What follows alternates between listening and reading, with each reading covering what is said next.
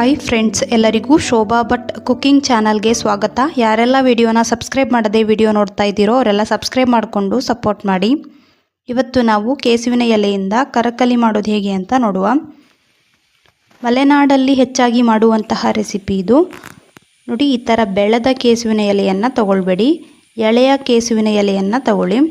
ನೋಡಿ, ಈ ಥರದ್ದು ಎಳೆಯ ಕೆಸುವಿನ ಎಲೆ ಸ್ವಲ್ಪ ಸಾಫ್ಟ್ ಆಗಿರುತ್ತೆ ನೋಡಿ, ಅಂತಹ ಎಲೆಯನ್ನು ನೋಡಿ ತಗೊಳ್ಳಿ.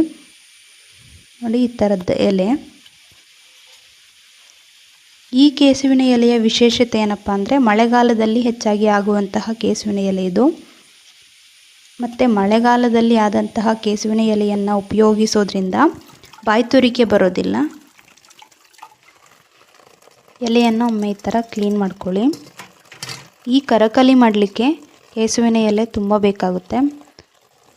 ಮಳೆಗಾಲದಲ್ಲಿ ಮನೆ ಮುಂದೆ ಎಲ್ಲ ತುಂಬ ಆಗುತ್ತೆ ನೋಡಿ, ಅಂಥ ಟೈಮಲ್ಲಿ ಈ ರೆಸಿಪಿಯನ್ನು ಮಾಡ್ಕೊಳ್ಳಿ. ತುಂಬ ಚೆನ್ನಾಗಿರುತ್ತೆ ಇದು. ಕೆಸುವಿನ ಎಲೆಯಿಂದ ಮಾಡಿದ ರೆಸಿಪಿ ಅಂತ ಗೊತ್ತೇ ಆಗೋದಿಲ್ಲ ನಿಮಗೆ.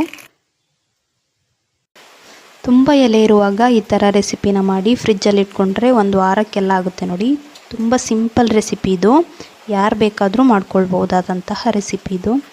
ತುಂಬ ಚೆನ್ನಾಗಿರುತ್ತೆ. ದೋಸೆ, ಚಪಾತಿ, ರೊಟ್ಟಿ ಜೊತೆಗೆಲ್ಲ ತುಂಬ ಚೆನ್ನಾಗಿರುತ್ತೆ.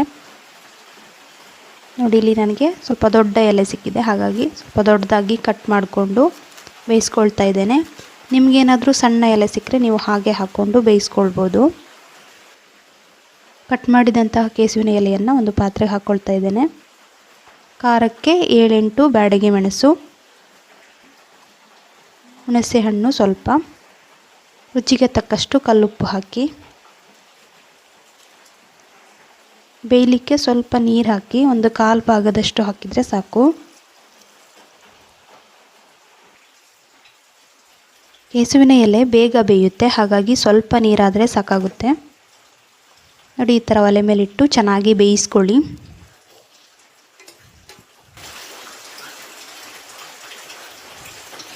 ನೋಡಿ, ಸ್ವಲ್ಪ ಬೆಂದಿರೋದಷ್ಟೇ, ಎಷ್ಟೊಂದು ಕಡಿಮೆ ಆಗಿದೆ ಅಂತ. ಹಾಗಾಗಿ ತುಂಬ ಎಲೆ ಇರುವಾಗ ಈ ರೆಸಿಪಿಯನ್ನು ಮಾಡ್ಕೊಳ್ಳಿ. ನೋಡಿ, ಈ ಥರ ನೀರು ಹೋಗೋವರೆಗೂ ಚೆನ್ನಾಗಿ ಬೇಯಿಸ್ಕೊಳ್ಬೇಕು.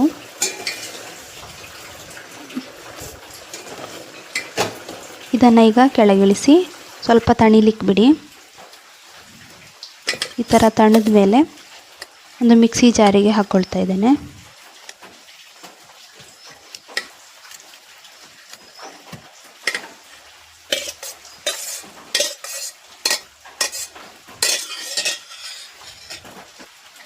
ಇದರಲ್ಲೇ ನೀರಿರೋ ಕಾರಣ ಮತ್ತೆ ನೀರು ಹಾಕೋದು ಬೇಡ, ಹಾಗೆ ಸಣ್ಣದಾಗಿ ರುಬ್ಕೊಳ್ಳಿ. ನೋಡಿ, ಈ ಥರ ಸಣ್ಣದಾಗಿ ರುಬ್ಬಿದರೆ ಸಾಕು.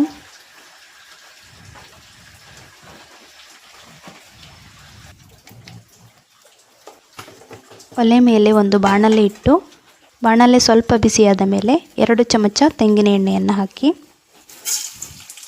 ಎಣ್ಣೆ ಬಿಸಿಯಾದ ಮೇಲೆ 1 ಚಮಚದಷ್ಟು ಸಾಸಿವೆ ಚೆನ್ನಾಗಿ ಸಿಡಿದ ಮೇಲೆ 7-8 ಎಸಳು ಬೆಳ್ಳುಳ್ಳಿಯನ್ನು ಜಜ್ಜಿ ಹಾಕಿ,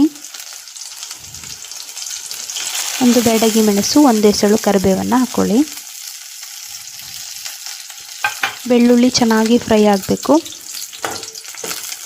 ಈ ಕೆಸುವಿನ ಕರಕಲಿಗೆ ಬೆಳ್ಳುಳ್ಳಿ ಒಗ್ಗರಣೆ ಹಾಕ್ಕೊಳ್ಳೋದ್ರಿಂದ ತುಂಬ ಚೆನ್ನಾಗಿರುತ್ತೆ. ತಿನ್ನುವಾಗ ಬೆಳ್ಳುಳ್ಳಿ ಪರಿಮಳ ಬಂದರೆ ತುಂಬ ಚೆನ್ನಾಗಿರುತ್ತೆ. ರುಬ್ಬಿದಂತಹ ಕೆಸುವಿನ ಎಲೆಯನ್ನು ಈ ಒಗ್ಗರಣೆಗೆ ಹಾಕ್ಕೊಳ್ತಾ ಇದ್ದೇನೆ.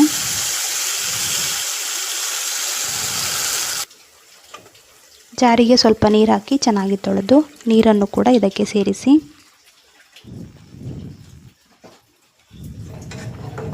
ನೋಡಿ, ಈ ಥರ ಒಮ್ಮೆ ಮಿಕ್ಸ್ ಮಾಡ್ಕೊಳ್ಳಿ.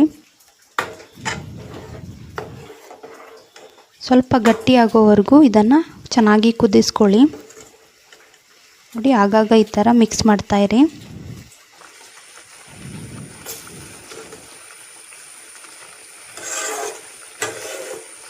ನೋಡಿ, ಇಷ್ಟು ಗಟ್ಟಿಯಾದರೆ ಸಾಕಾಗುತ್ತೆ. ಇದು ಈಗ ರೆಡಿಯಾಗಿದೆ. ಇದನ್ನು ಇಳಿಸಿದರೆ ಆಯಿತು. ಇಳಿಸಿ ಸ್ವಲ್ಪ ಸಮಯ ಆದ ಕೂಡಲೇ ಇದು ಸ್ವಲ್ಪ ಗಟ್ಟಿ ಆಗುತ್ತೆ. ಮಲೆನಾಡಲ್ಲಿ ರೊಟ್ಟಿ ಜೊತೆ ಇದನ್ನು ಹೆಚ್ಚಾಗಿ ಮಾಡ್ಕೊಳ್ತಾರೆ ಈ ರೆಸಿಪಿಯನ್ನು. ತುಂಬ ಸಿಂಪಲ್ ರೆಸಿಪಿ ಇದು, ತುಂಬ ಚೆನ್ನಾಗಿರುತ್ತೆ. ತುಂಬ ಕೆಸುವಿನ ಎಲೆ ಇರುವಾಗ ಈ ರೆಸಿಪಿಯನ್ನು ಟ್ರೈ ಮಾಡಿ. Thank you for watching.